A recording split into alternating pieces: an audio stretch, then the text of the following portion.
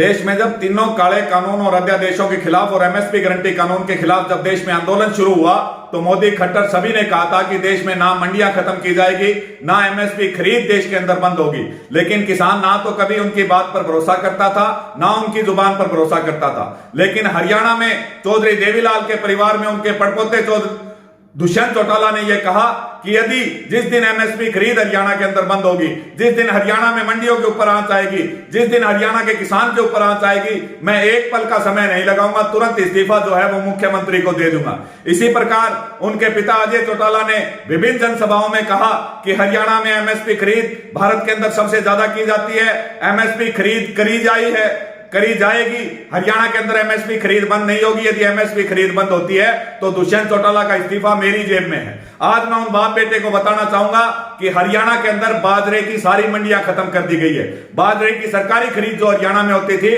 पूरी तरह से बंद कर दी गई। सरकार ने कहा है सरकारी खरीद करने की बजाय हरियाणा सरकार 600 रुपए प्रति क्विंटल किसान को बाजरे पर देगी।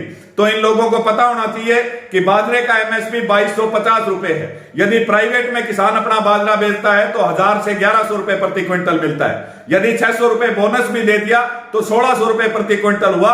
लगभग 650 रुपए प्रति क्विंटल का नुकसान किसान को बाजरे के ऊपर हो रहा है, जो उसको आर्थिक तौर पर उसकी पूरी तरह से कमर तोड़ने का काम करेंगे।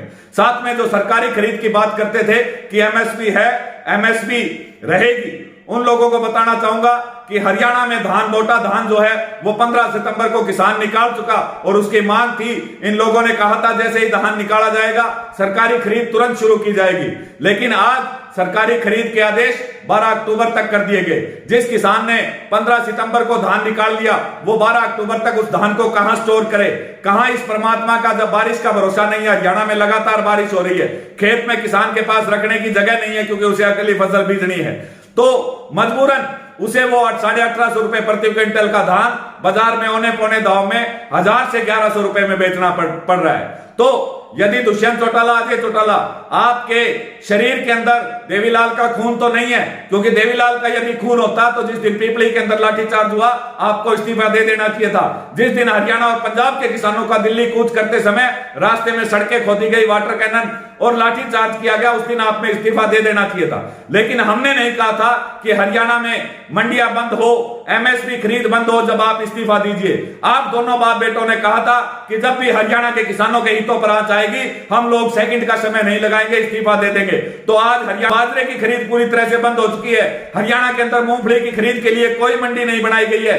हरियाणा में धान का किसान सरकारी खरीद के इंतजार में जगह जगह धक्के खा रहा है और अपनी बेशकीमती फसल को औने पौने दामों में बेचने पर मजबूर है। तो इस करके आज हरियाणा का किसान आपकी जुबान के अनुसार आपसे आपका इस्तीफा मांगता है।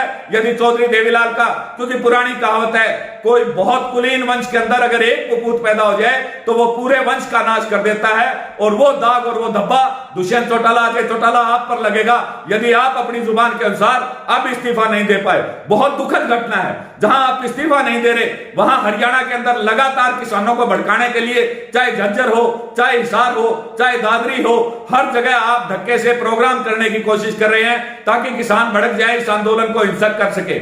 आज भी झज्जर के अंदर दुष्यंत चौटाला के प्रोग्राम के अंदर बहुत ही दुखद बात है कि बुजुर्ग किसानों और महिलाओं के ऊपर वाटर कैनन में सीवर का पानी डालकर उनके ऊपर उस गंदे पानी की बौछारें की गई, उनके ऊपर लाठीचार्ज की गई।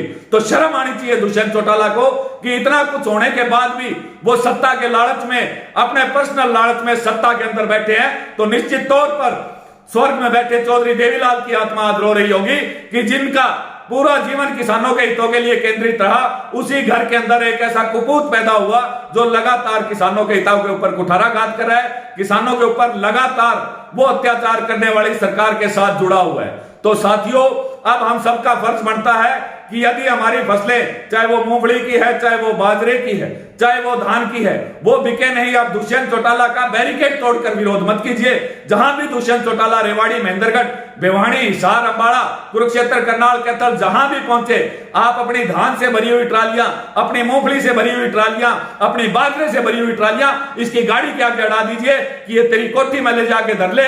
जिस दिन हमारे को एमएसपी के ऊपर या तो पैसा तू देगा, नहीं अपने वादे अनुसार दुष्यंत चौटाला और अजय चौटाला आज दुष्यंत चौटाला का इस्तीफा हरियाणा सरकार को दिलाएं। हरियाणा के किसान साथी अधिक से अधिक संख्या में इस प्रकार का विरोध करेंगे, क्योंकि संयुक्त किसान मोर्चा के कमजोर नेतृत्व के कारण आज यह आंदोलन 10 महीने खींच गया। अब जिस दिन इस आंदोलन का निर्णय हरियाणा के और देश के किसानों के हाथ में आ गया, दुष्यंत चौटाला, अजय चौटाला, सत्ता छोड़िए, आपको देश छोड़कर भागना पड़ेगा। अगर देश का किसान आपके सरेआम खुद फैसला लेकर आपके सामने आ गया, निश्चित तौर पर आप लोग किसी पेड़ के टंगे पाओगे, कहीं आत्महत्या करे पाओगे। तो हरियाणा के सभी किसान साथी शांतिपूर्वक तरीके से अपनी ट्रालियां लेकर, चाहे वो मूंगफली की है, चाहे वो बाजरे की है, चाहे वो धान की है, जहां भी दुष्यंत चौटाला और उसका पिता अजय चौटाला पहुंचे, आप अपनी ट्रालियां इनके आगे अड़ाइए और इनका खुले